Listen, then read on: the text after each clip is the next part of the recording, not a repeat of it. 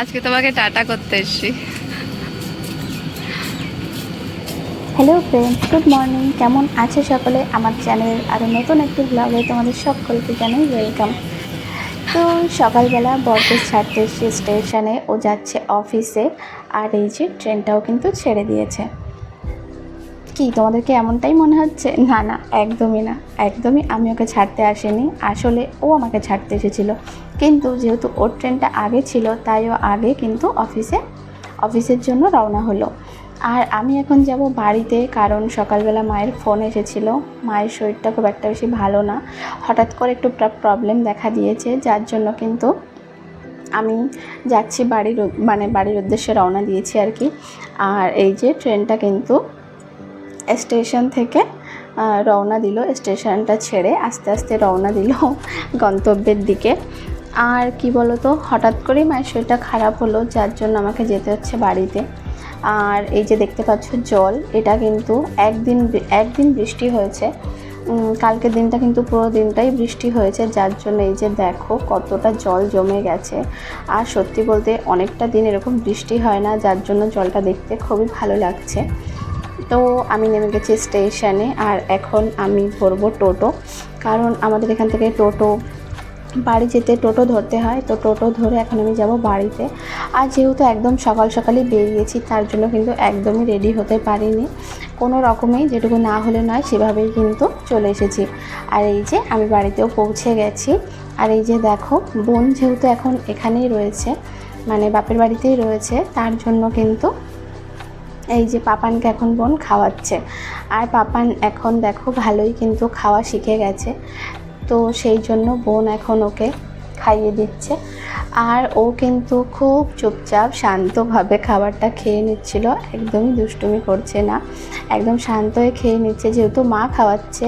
আর কি বলো তো, যখন অন্য কেউ খাওয়াতে যায়, মানে আমার মা যদি ওকে খাওয়ানোর চেষ্টা করে, তখন কিন্তু একদমই খেতে চায় না, দুষ্টুমি করে আর কি।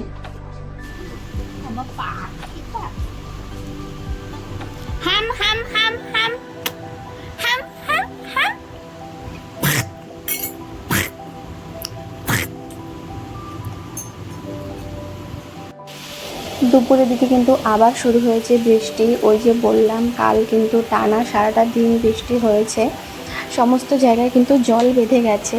আর দুপুরবেলাও কিন্তু বৃষ্টি শুরু হয়ে গেছে। তো আমি একটু শুয়ে বৃষ্টিটা দেখছিলাম। আর রুমের বাইরেই দেখতে পাচ্ছ, যেহেতু অনেক গাছ আছে, তো বৃষ্টিগুলো গাছের উপর পড়ছে, সেটা কিন্তু খুবই ভালো লাগছিল দেখতে। তো অনেকটা টাইম কিন্তু শুয়ে দেখছিলাম বৃষ্টি। আর মাকে নিয়ে যেতে হবে ডাক্তারের কাছে, তো ডাক্তারের কাছে যাব বিকালে, যেহেতু ডাক্তার বিকালে বসবে। তো আমরা বেরিয়ে পড়েছি ডাক্তারের কাছে যাব বলে। আর দিদুন এসেছিলো মায়ের সঙ্গে দেখা করতে, যেহেতু মায়ের শরীরটা ভালো না। দাদুও এসেছিলো, দাদু চলে গেছে, আর দিদুন যাচ্ছে আমাদের সঙ্গে। তো তারপর আমরা, যেহেতু আমাদের বাড়ির থেকে কিছুটা গিয়ে টোটো ধরতে হয়, পাড়ায় যে টোটোওয়ালা, মানে পাড়ার থেকে যে টোটোগুলো যায় তারা ছিল না, সেই জন্য কিন্তু কিছুটা হেঁটে এসে তারপর টোটো ধরে আমরা স্টেশনের দিকে রওনা দিয়েছি। তো তারপরে এই যে আমাদের ট্রেনটা কিন্তু এখান থেকে ক্রসিং হয়ে চললো আমাদের গন্তব্যের দিকে। তো তারপর ডাক্তারের ওখানে গিয়ে তো কোনো ভিডিও করা হয়নি। তো ডাক্তারের ওখান থেকে ফিরে এসে আমি কিন্তু পাপানকে নিয়ে বসেছিলাম। আর ফেরার পথে কিন্তু ও এসেছে, ও মাকে দেখার জন্য এই দিক থেকেই এসেছে। যেহেতু অফিসে গেছিলো, সেই জন্য আমার সঙ্গে তো তখন আসতে পারিনি, তার জন্য ফেরার সময় কিন্তু ডাক্তার দেখে ফেরার সময় ও এসেছে। আর পাপান এখানে কি কথা বলছে বলো তো? দাঁড়াও তোমাদের শোনাচ্ছি পাপান এখানে কি বলছে। পাপান একটু কথা বলতে শিখে তো ব্যাস, এত কথা বলা শুরু করেছে, কি আর বলবো।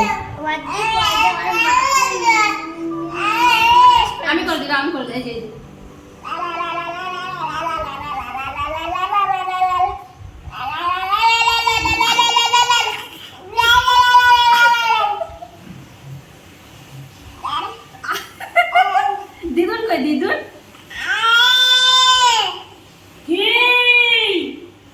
কই দিদুন কি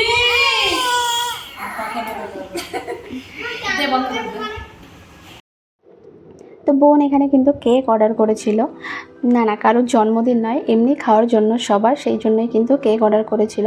কারণ আমাদের ওখানে একজন খুবই ভালো কেক বানায়, তার কাছ থেকে অর্ডার করেছিল।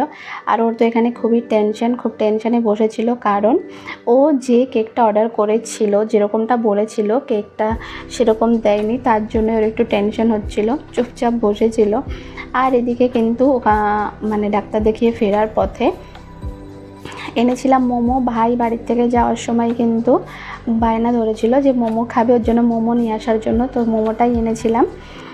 আর ওখান থেকে বোনাই কিন্তু মানে ডাক্তার দেখাতে গেছিলাম যখন, তখন বোনাইও এসেছিলো ওখানে, বোনাই নাম লিখিয়েছিল মায়ের। তো বোনাই ওখান থেকে কিনে দিয়েছিল মাটনের কাটলেট ছিল ওটা, তো মাটন কাটলেট কিনে দিয়েছিল, সেগুলোই এনে বাড়িতে কিন্তু খাওয়া দাওয়া হলো সবাই মিলে। আর মা যেহেতু মোমোটা খায় না, 2 প্লেট মোমো অর্ডার নিয়ে এসেছিলাম, তো আমরা ভাই বোনেরা ওতেই হয়ে যাবে, যেহেতু কাটলেটও আনা হয়েছে, খুব বেশি একটা লাগবে না। আর বোন এদিকে কেকও অর্ডার করেছে, তো এটা এই সমস্ত খাবার দাবার খাওয়ার পর তো একদমই রাতে খেতে ইচ্ছা করছিল না, তো তাও কি করা যাবে। আর আমার বোন মানে যাকে দেখছো বিয়ে হয়ে গেছে ও না, ওর পরে আমার যে বোন, তো সেজ বোন কিন্তু এখন আমার খুব ভালো রান্না শিখে গেছে। তো আজকে সেজ বোন আমাদের জন্য চিকেন রান্না করে খাওয়াবে। তো ও বলছে আমি একটু দেরি করে রান্না করবো, যেহেতু এখন খাবার দাবার খাচ্ছ তো দেরি করে খেও। তো আমরা সবাই বললাম ঠিক আছে, আমাদের তো এমনিতেই খাওয়ার ইচ্ছা নেই, তবু হ্যাঁ তুই রান্না কর, তারপর যদি ইচ্ছা হয় তখন খেয়ে নেব। তো আমরা তো সন্ধ্যাবেলা এগুলো দিয়েই টিফিন করলাম। আর এই যে দেখো ভাই তো এখানে ডাইরেক্ট বসে গেছে মোমো খেতে একদম প্লেটে। তারপর সবাইকে দিয়ে আমিও মোমো খেয়ে নিলাম।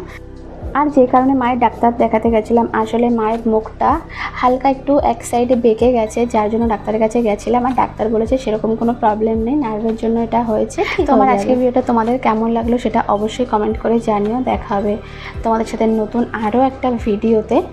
তো ততক্ষণের জন্য সবাই সুস্থ থেকো, ভালো থেকো।